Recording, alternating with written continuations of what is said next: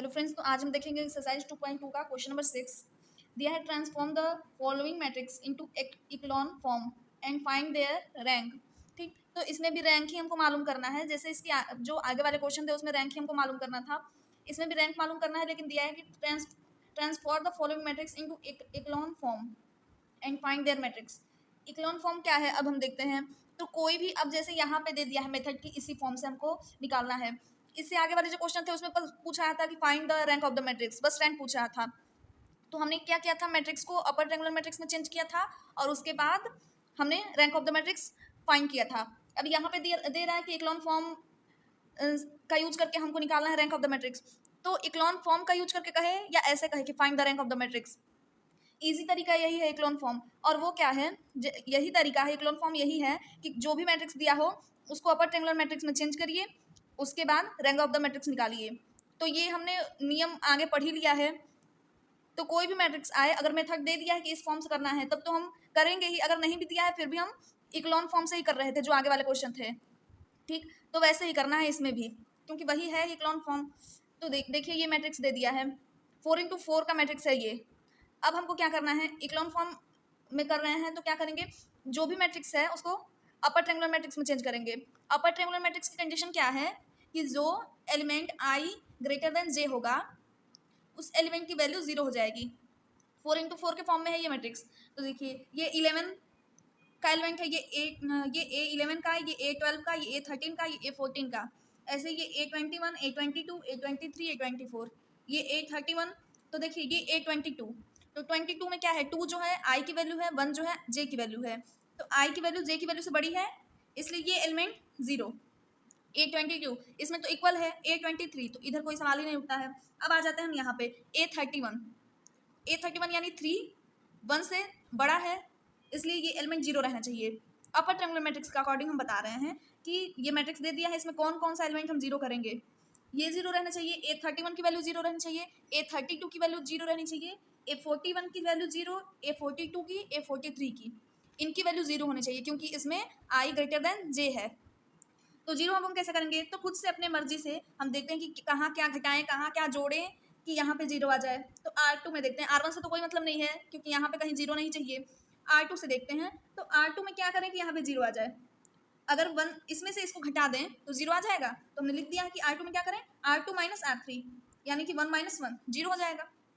R3 में क्या करें कि यहाँ पे 0 आ जाए, तो इसमें से इसको घटा देंगे तो 0 आ जाएगा। तो R3 में हमने क्या किया, R3 माइनस R2। देखते हैं क्या हुआ। तो देखिए ये R1 तो ऐसे ही लिखा जाएगा क्योंकि यहाँ पे कोई चेंज नहीं हुआ है, यहाँ पे चेंज हो रहा है। R2 माइनस R3 यानी 1 माइनस 1 0। अब यहाँ पे 2 माइनस 0 2, 3 माइनस 1 2, माइनस 1 और माइनस, देखिए ये माइनस 1 और माइनस ये माइनस 2 हो जाएगा। अब R3 में भी चेंज हो रहा है, देखते हैं क्या चेंज है। R3 माइनस R2 यानी कि 1 माइनस 1 0 हो गया, 0 माइनस 2 हो गया, 1 माइनस 3 माइनस 2 हो गया, और 1 ये माइनस 1 है और ये माइनस पहले से ही है, तो 1 प्लस 1 हो जाएगा 2 आ जाएगा। ठीक, अब यहाँ पे तो 0 हो गया, यहाँ 0 हो गया, यहाँ अभी हमको यहाँ 0 लाना है और यहाँ लाना है, यहाँ लाना है 0। अभी हमको R3 में फिर से कुछ चेंजेस करने पड़ेंगे, तब यहाँ पे 0 आएगा। तो देखते हैं, R2 तो हो गया, बस यहीं पे 0 चाहिए था। R3 में अभी यहाँ 0 चाहिए, तो हम क्या करें कि यहाँ 0 आ जाए। तो अगर हम इसको प्लस कर देते हैं, -2 + 2, तो कट के 0 आ जाएगा यहाँ पे। तो R3 में हमने क्या चेंज किया, R3 + R2। ठीक, अब R4 के लिए देखते हैं कि यहाँ पे क्या करें कि 0 आ जाए R4 में। तो ये देखिए हमने किया है 2R4 माइनस R2 यानी कि 2R4, यानी यहाँ पे 2 का मल्टीप्लाई कर देंगे माइनस R2 और इसमें से घटा देंगे तो 0 आ जाएगा यहाँ पे। देखते हैं क्या हुआ है। R3 में अब R1 ऐसे ही लिख दिए, R2 ऐसे ही लिख दिए, R3 में चेंज कर रहे हैं। R3 में तो R3 + R2 यानी कि R3 ये है, R2 ये है, 0 + 0 0, -2 + 2 0 आ गया, ये भी -2 + 2 0 आ गया, 2 - 2 0 आ गया। अब R4 में देख रहे हैं क्या है, 2R4 माइनस R2, इसमें 2 का मल्टीप्लाई करेंगे तो 0 ही रहेगा, माइनस R2, 0 में से 0 घटेगा 0 ही आएगा। 2R4 यानी 2 का मल्टीप्लाई इसमें हुआ, R4 यानी कि 1 माइनस R2 यानी कि 2, 2 - 2 0।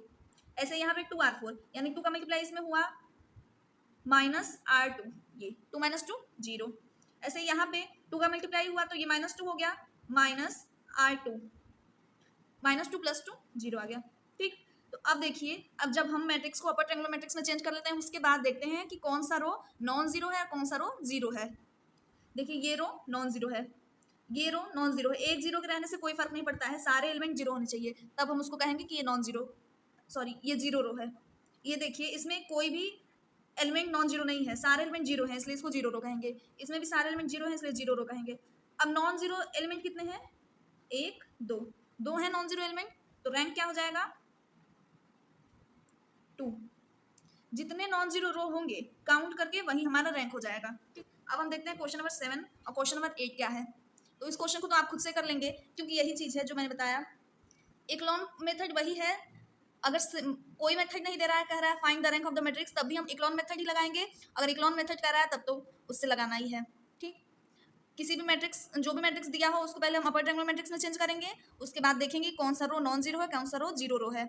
जितने नॉन जीरो रो रहेंगे वही हमारा रैंक हो जाएगा। अब हम देखते हैं अगला क्वेश्चन। ये दिया है transform the following matrix into normal form and find their rank. जब भी हमको कहे कि नॉर्मल फॉर्म में चेंज करना है, तो हम क्या करेंगे? जो भी मैट्रिक्स दिया हो उसको आइडेंटिटी मैट्रिक्स में चेंज करेंगे। आइडेंटिटी मैट्रिक्स क्या है तो समझिए, जैसे ये 3 into 3 के फॉर्म में मैट्रिक्स है, तो इसका आइडेंटिटी मैट्रिक्स क्या हो जाएगा? 1 0 0 0 1 0 0 0 1। तो जो भी मैट्रिक्स है दिया है उसको हम आइडेंटिटी मैट्रिक्स में चेंज करेंगे। तो इसमें पहला क्वेश्चन हम देखते हैं, दूसरा क्वेश्चन आप खुद से सॉल्व करेंगे। इसको नॉर्मल फॉर्म में जो ही कहेगा कि नॉर्मल फॉर्म में चेंज करके रैंक ऑफ द मैट्रिक्स निकालना है, तो हम क्या करेंगे कि उसको आइडेंटिटी मैट्रिक्स में चेंज कर देंगे। कैसे चेंज करेंगे? तो चेंज तो खुद से ही करना है, कॉलम में से कॉलम घटाओ या रो में से रो घटाओ या मल्टीप्लाई करो। ठीक, तो देखिए पहला क्वेश्चन ये था 1 1 1 1 2 2 2 2 3। अब इसको हमको आइडेंटिटी मैट्रिक्स में चेंज करना है, तो हम क्या करेंगे? इसका आइडेंटिटी मैट्रिक्स क्या होगा? 3 into 3 के फॉर्म में है, 1 0 0 0 1 0, सॉरी 0 1 0 0 0 1। इस रूप में चेंज करना है इसको। तो यहाँ पे देखिए, यहाँ पे 1 है 1 है 1 है, इसको हमको जीरो करना है, इसको भी जीरो करना है। तो ये जीरो कैसे हो सकता है? जैसे रो में से रो घट रहे हैं, वैसे ही कॉलम से कॉलम भी घट सकते हैं। जैसे रो घट रहे हैं तो क्या हो रहा है? इसमें से ये घट गया, इसमें से ये घट गया, ऐसे रो घटेंगे। कॉलम में जब चेंजेस करना होगा, जैसे अब कॉलम से कॉलम घटाना है, जैसे अगर 1 में से 1 घटा दे तो जीरो यहाँ पे आ जाएगा। तो ऐसे कॉलम में चेंज होता है, यहाँ पे तो 1 ही रहेगा, यहाँ पे जीरो लाना है, तो हम क्या करेंगे? C2 में चेंज करेंगे। C2 माइनस C1 अगर हम कर दें, यानी कि इसमें से इसको घटा दें, तो यहाँ पे जीरो आ जाएगा। देखिए C2 में चेंज कर रहे हैं, C2 माइनस C1 यानी कि 1 माइनस 1, तो यहाँ पे जीरो आ गया। C3 में भी चेंज करेंगे क्योंकि यहाँ पे भी हमको जीरो चाहिए, तो C3 माइनस C2 यानी कि इसमें से इसको घटा देंगे तो यहाँ पे जीरो आ जाएगा, 1 माइनस 1, यहाँ पे जीरो आ जाएगा। तो देखिए अब क्या हुआ, जब रो से रो को घटाएंगे तो ध्यान दीजिएगा, इसमें से इसको घटाएंगे, इसमें से इसको घटाएंगे, कॉलम से कॉलम घटाएंगे तो इसमें से इसको या इसमें से इसको घटाएंगे, ऐसे। ठीक, तो अब यहाँ पे जब हमने C2 माइनस C1 किया, ये 1 तो ऐसे ही रहेगा, इस कॉलम को ऐसे लिख दीजिए, ये फर्स्ट कॉलम है, ये सेकंड कॉलम, ये थर्ड कॉलम है, तो फर्स्ट कॉलम को ऐसे लिख दीजिए 1 1 2। सेकंड कॉलम में चेंज हो रहा है C2 माइनस C1 यानी कि 1 माइनस 1, तो जीरो हो गया। ठीक, अब देखिए अभी C2 में पहले चेंज कर लीजिए, C2 माइनस C1 यानी 2 माइनस 1, यहाँ पे 1 हो गया। सारे में चेंज होगा, ये नहीं कि बस एक में चेंज हो गया ऊपर, बस नहीं, जितने C2 में दिए हैं एलिमेंट्स सारे में चेंज होगा। अब यहाँ पे C2 माइनस C1 यानी 2 माइनस 2, ये जीरो हो गया।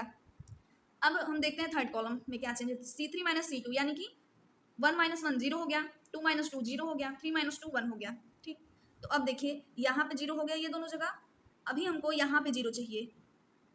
आइडेंटिटी मैट्रिक्स में चेंज करना, भी हमको यहाँ पे जीरो चाहिए, यहाँ पे जीरो चाहिए, दो जगह भी जीरो चाहिए। अगर हम देखिए यहाँ पे क्या किया है, C1 में चेंज किया है, C1 माइनस C2 यानी कि इसमें से इसको घटा देंगे, तभी तो यहाँ पे जीरो आएगा। अब यहाँ पे जीरो लाना है, इसको देखना है कि यहाँ पे जीरो लाना है, तो अभी ये तो हम इसे लिख देंगे 1 0 0। C1 में हम चेंज कर रहे हैं, सॉरी यहाँ पे हम क्या करेंगे, C1 माइनस C2, कॉलम में चेंज कर रहे हैं, तो ये कॉलम 2 को कॉलम 3 को तो ऐसे लिख देंगे।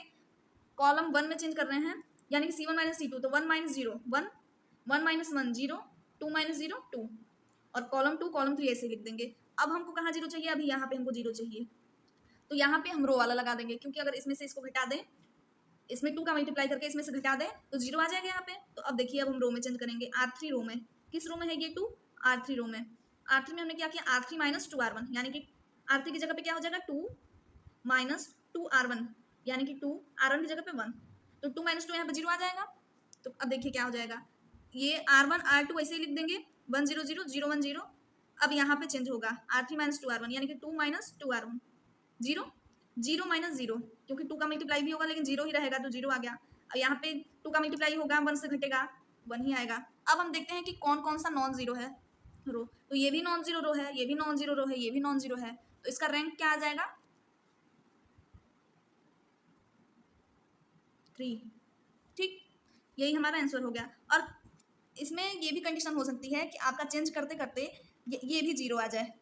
मान लीजिए कोई ऐसा भी मैट्रिक्स हो सकता है कि ये भी जीरो आ जाए, जैसे आ गया मान लीजिए 1 0 0 0 1 0 0 0 0। ठीक, तो ये तो जीरो रो हो गया, ये नॉन जीरो रो है, तो इसमें रैंक क्या हो जाएगा 2। ठीक, तो अब हम कल देखेंगे 2.3।